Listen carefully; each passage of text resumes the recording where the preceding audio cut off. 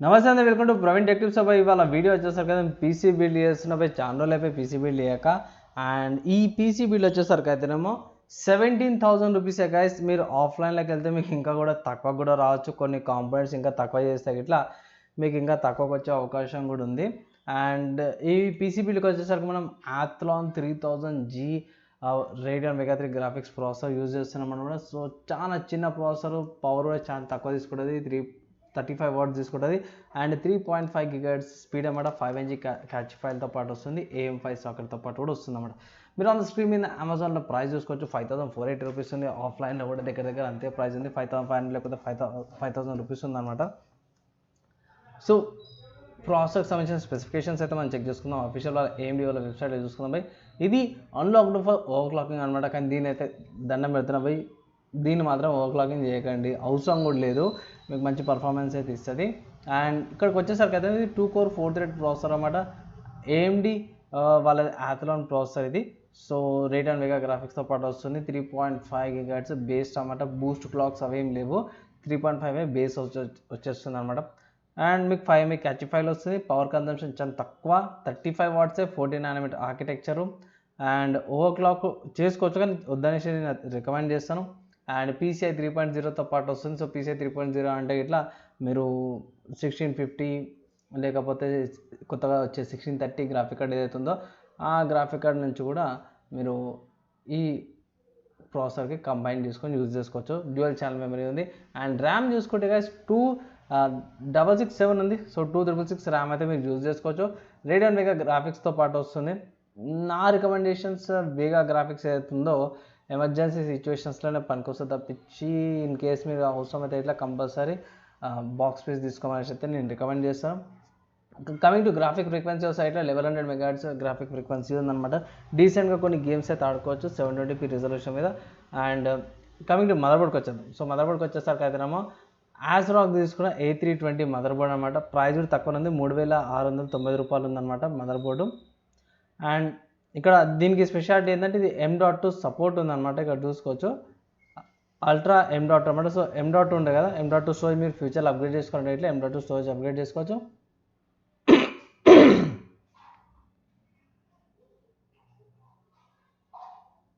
And next చూసుకుంటే 2 RAM slots ఉన్నాయి.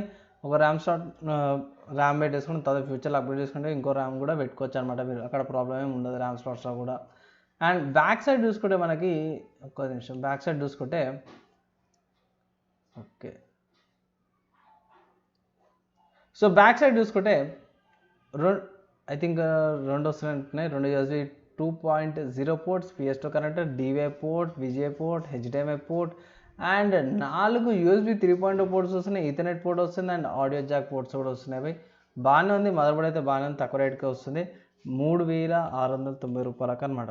Next చూసుకుంటే మనం ర్యామ్ చూసుకున్నాం కాబట్టి ర్యామ్ చూసుకుంటే స్టోరేజ్ కాబట్టి సారీ. సో ర్యామ్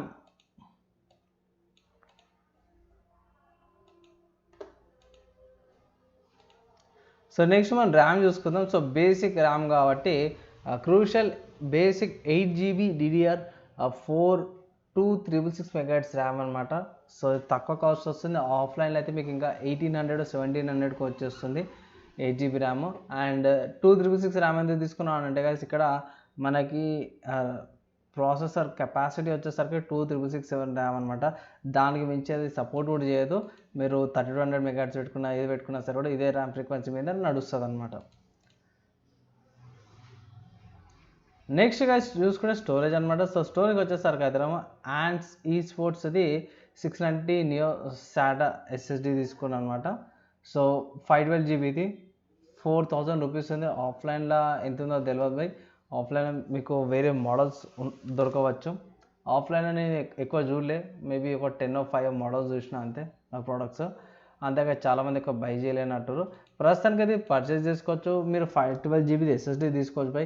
అన్న ఒక నిమిషం ఆగే, నువ్వు మదర్బోర్డ్ కార్డ్ చూపి అంటే ఒకసారి మదర్బోర్డ్ కార్డ్ మీకు చూపిస్తాను. ఇక్కడ M.2 ఉంది కదా అనేసి మీరు అనొచ్చు. ఎస్, ఇక్కడ M.2 ఉంది, కానీ కంపేర్ టు SSDకి M.2కి మీకు ప్రైస్ ఎక్కువ ఉందన్నమాట. ప్రజెంట్ బడ్జెట్లో ఉన్నాం కాబట్టి నేను ఎస్ఎస్డి తీసుకున్న రెండింటికి పెద్దగా డిఫరెన్స్ ఏమి ఉండదు, కొంచెం ఎక్కువ పవర్ తీసుకుంటుంది ఇది అంతే తప్పించి ఏం లేదు.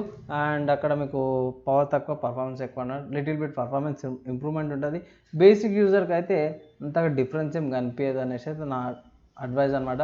పెద్దగా ఫరక్ ఏం పడదు. అండ్ ఇది క్వాడ్ ఛానల్ కంట్రోలర్తో పాటు వస్తుంది కాబట్టి ఇక ఇబ్బంది కూడా పడాల్సిన అవసరం ఏం లేదు. నెక్స్ట్ థింగ్ ఏంటంటే బై ప్రీవియస్గా నేను అందరికీ హార్డ్ డిస్క్ రికమెండ్ చేసేటోని, కానీ బేసిక్ యూజర్స్కి అయితే మీరు హార్డ్ డిస్క్ పర్చేజ్ చేయాల్సిన అవసరం లేదు. ఎస్ఎస్డి కానీ లేకపోతే M.2 ఏదైనా 250 GB కానీ లేకపోతే 128 సరిపోదు, కానీ 250 GB కానీ లేకపోతే 512 GBది ఎస్ఎస్డి కానీ లేకపోతే M.2 స్టోరేజ్ అని తీసుకోండి అనేసి అయితే నేను అడ్వైజ్ చేస్తున్నా. ఎందుకంటే గాయస్ హార్డ్ డిస్క్ స్టోరేజెస్ కంటే కూడా చాలామంది external hard disk storage carry చేస్తారు అనమాట. వాళ్ళకి అవసరమైనప్పుడు ల్యాప్టాప్కి డెస్క్టాప్కి పెట్టి యూజ్ చేస్తారు అనమాట. సో అక్కడ మీకు అక్కడ బెనిఫిట్ అవుతుంది. సో చుట్టి డేటా నార్మల్గా సైడ్లో ఉండడం ఎప్పుడో అమాసపూర్ణంగా అన్నట్టు ఓపెన్ చేసుడు కంటే ఇది తీసుకుంటే సరిపోతే మళ్ళీ దాని సపరేట్ పవర్ కన్జంప్షన్ అది వేరే నడుస్తూనే ఉంటాయి. సో నా అడ్వైస్ 512 GB ఎస్ఎస్డి తీసుకోమని అయితే నేను అడ్వైజ్ చేస్తాను. నెక్స్ట్ చూసుకుంటే గైస్ క్యాబినెట్ కావాలి కదా, ఇవన్నీ కాంపోనెంట్స్ అయితే వచ్చేసినాయి. క్యాబినెట్ చూసుకుంటే ఇక్కడ మనం బడ్జెట్ తక్కువ ఉంది కాబట్టి నేను బేసిక్ క్యాబినెట్ తీసుకుంటున్నా. RGB గీజీబీలు ఏం లేవు, simple classic cabinet with SMPS combo అనమాట. 1700 రూపీస్ ఉంది జెబ్రానిక్స్ది. ఇంకొక అడ్వాంటేజ్ ఏంటంటే ఇక్కడ మీరు 120mm ఫ్యాన్ ఏదైతే ఉందో ఇక్కడ అడిషనల్గా పెట్టుకోవచ్చు. సో సిస్టమ్ జర ఇంకా కూల్గా ఉంటుంది అనేసి అయితే నా అడ్వైజు. అండ్ ఓవరాల్గా ఇవి క్యాబినెట్స్ అవన్నీ కూడా కాంపోనెంట్స్ ప్రైజెస్ అన్నీ కూడా లెక్క చేసుకుంటే మనకి ఎంత వస్తుందంటే గూగుల్ క్యాల్కులేటర్ ఓపెన్ చేసి ఆల్రెడీ అమౌంట్స్ అన్నీ కూడా నేను ఇక్కడ మెన్షన్ చేసినాను. క్యాబినెట్ ప్రైజ్, తర్వాత ర్యామ్, తర్వాత storage, mother board and processor అనమాట. ఇవన్నీ కూడా ప్రైజెస్ లైన్గా ఉన్నాయి. ఒకసారి ఈక్వల్ టు కూడా మనకి ఎంత వస్తుందంటే 16,968 రూపీస్ వస్తుంది అనమాట. సింపుల్గా చెప్పుకోవాలంటే 17,000కి దగ్గర వస్తుంది. ఆన్లైన్ ప్రైజెస్ గైస్ ఇవి. సో కొంచెం ఎక్కువ కావచ్చు, కొంచెం తక్కువ కూడా కావచ్చు, ఫ్లక్చువేట్ కావచ్చు అనమాట. ఆఫ్లైన్కి వచ్చేసరికి మీకు 16,000 లేకపోతే 15,000 మధ్యలో రావచ్చు అనమాట, డిపెండింగ్ అవ్వదు మీరు స్టోరేజ్ ఏం తీసుకుంటారు అనేసి. దాని ప్రకారము మీకు స్టోరేజ్ అవి ఇవి చేంజ్ అవుతాయి అనమాట. సో నా అడ్వైజ్ అయితే గైస్ ఇలాంటి పీసీ బిల్డ్ చేసుకోవాలని చేసుకోండి.